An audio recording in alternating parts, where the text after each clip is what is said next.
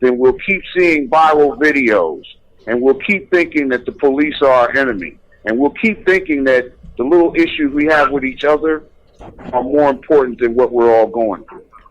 So with that said, once again, I want to thank everyone for listening to me, because, believe me, I don't know nothing. I'm stupid when it comes to this. I'm trying to figure it out, too.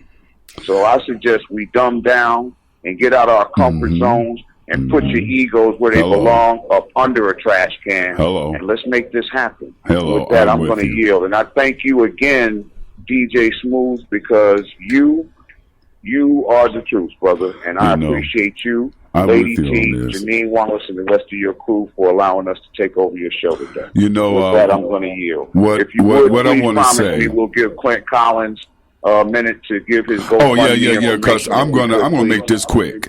I want, this. I'm like you, brother Kevin. I'm just as dumb as the day is long. But one thing I do know is that this, for my show and for me and for all of us, because see, we were all brought together for a reason.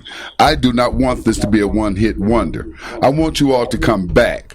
I want to be able to talk about, the solutions. I want to be able to talk about how to make this happen.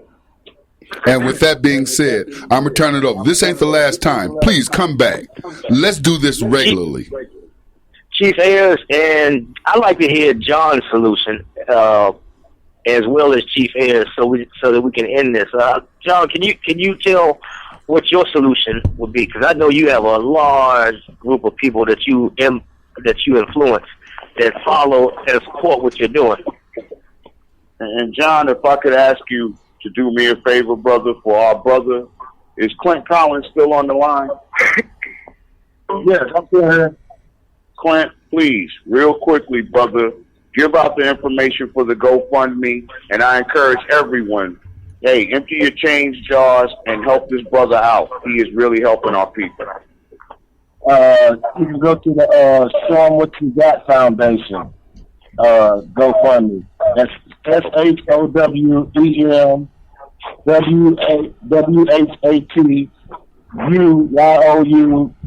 Foundation. I appreciate you, brother, and I love you, man. I appreciate you, and I love you, brother. John, my brother, do your thing, brother. No, I mean, we're trying to focus on solutions. I know, one of the most intelligent people I know, as far as that I speak with, is Sam. Sam's got plenty of solutions, but I mean, I get solutions first and foremost, when people get out there in the streets, you're out there in the streets, people are protesting, doing this, that, and the other thing. No matter what you're doing, if you work and you have a job and you pay taxes, my bottom line is you're financially supporting and funding the very thing you're fighting against. And I haven't paid taxes in 20 years. I don't know. If you want to pay that shit, if you want to pay it, you're up there. I've said it to numerous people at the various locations, from Ferguson to Chicago. We're out there in the streets and we're fighting for our freedom. We're fighting for whatever we're fighting for. But at the same time, if you have a job and you pay taxes, you're paying for it. You're paying for the bullet. You're paying for the bullet that killed Mike Brown. You're paying for the bullet that killed every victim, whether it's a bullet or it was Kelly Thomas that got beaten in the streets. But I mean, Sam's more on a technical level, but I like to keep it simple. If you're paying for it, you have no right to protest against it. I mean, there are a lot of different solutions. What do you suggest, Chief S? If he's still on the line, he probably dropped off. No, I'm still here. I had on mute. My suggestion is twofold. One, we need to get out there and educate our citizens how to coexist. Also, community policing is a must. All departments across the country need to go to community policing, where officers get out the car, engage people before they get in trouble. It's called tolerance. Get to know your community. Get to know the people you are serving. That way the fear will go away, because you know exactly who the person is in your community. Have an officer start going to schools, start eating lunch with the kids. We have some dead times sometimes in the daytimes where they need to interact with the children so they can know exactly who they are serving. In reference to the government, I agree to a point that the government needs to be changed. We do go to our politicians and tell them what we need to be done. If they're not doing anything, we don't hold them accountable. We need to remove them with people that's going to do the job. And we have to change from the top. If not, like you said, Kevin said, it's going to be a revolution because you can press people for so much before they go ahead and fight back. So we definitely have to do our work to go out there and get the right politicians to go in place to actually speak for us and actually get things done. I would like to talk about solutions for a moment. Okay. Sam? This is Sam. Awesome. Let's go, Sam. I got to be honest with you guys. I'm really disappointed. I hear a lot of white supremacists, a lot of educated talk that won't solve the problem. The truth is, very simply, that none of the solutions or ideas that have been proposed today will solve the code of silence corruption inside the large police departments in the United States of America. Okay, the truth is we need political solutions. We need to have constitutional amendments at the state level that require every law enforcement head to be elected by the people. We need election reform that do not allow outside money to come in and influence those elections. The head of a law enforcement agency, whether they're a chief or a sheriff, needs to be responsible to the people in that community.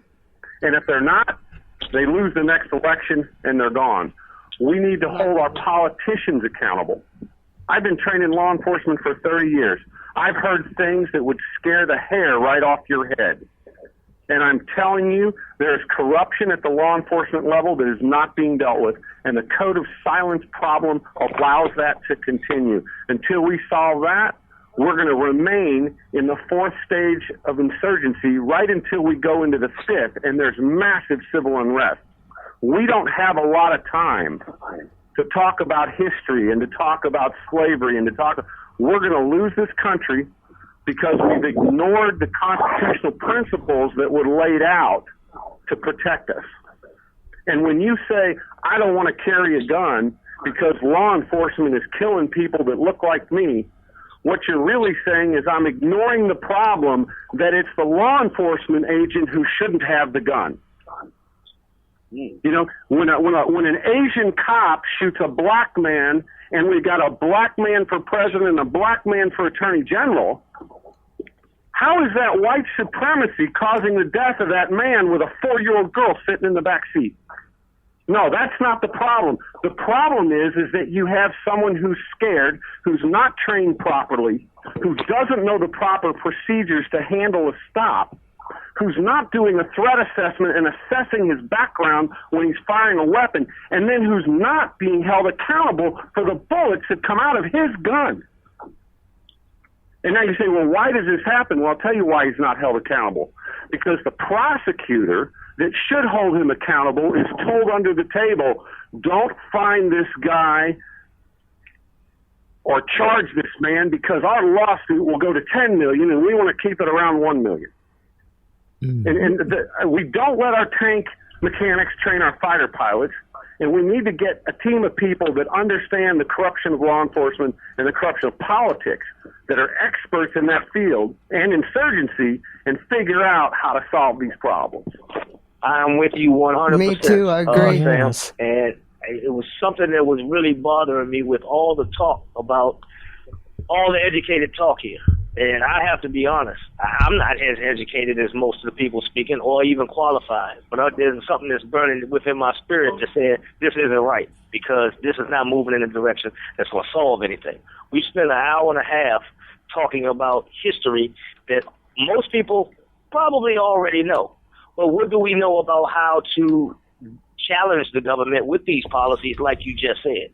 Nobody knows anything about that. So if you know anybody that is within that, we need to make the contacts with those people that understand the corruption in the government and within law enforcement. So maybe one of the solutions might be to put these people on blast.